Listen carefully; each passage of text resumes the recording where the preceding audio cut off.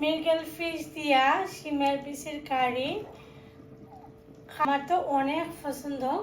হয়তো দেখেন আমি মিডিয়াম 2টা পেঁয়াজ দিলাম, কতটুকু লবণ দিছি কিন্তু ভাঙি গেছে।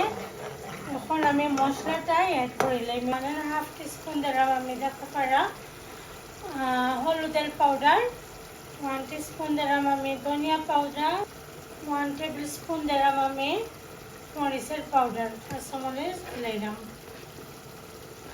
মিক্স করে নিব। এখন আমি ধুয়ে রাখা যে সিমের বিচি পুরি বিচিগুলা আমি দিলাম, মশলার লগে বালা কইরা এটারে বাজমু। তাই তো ভিউয়ার্স এখন দেখতে পারা মশলার লগে খুব ভালো করে বাজাটা হইছে।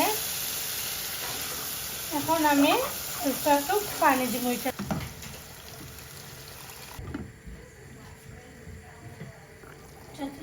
আরো কিছু সময় রান্না করবো।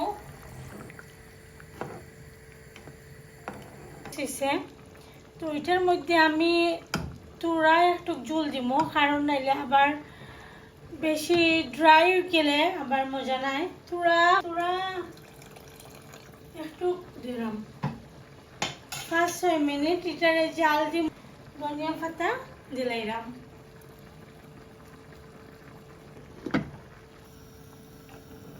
তো বিচারের কারিটা কিলাখান হয়েছে আপনারা দেখতে পারা ভিউয়ার্স। আশা করি আপনার কাছে ভালো লাগবে রেসিপিটা।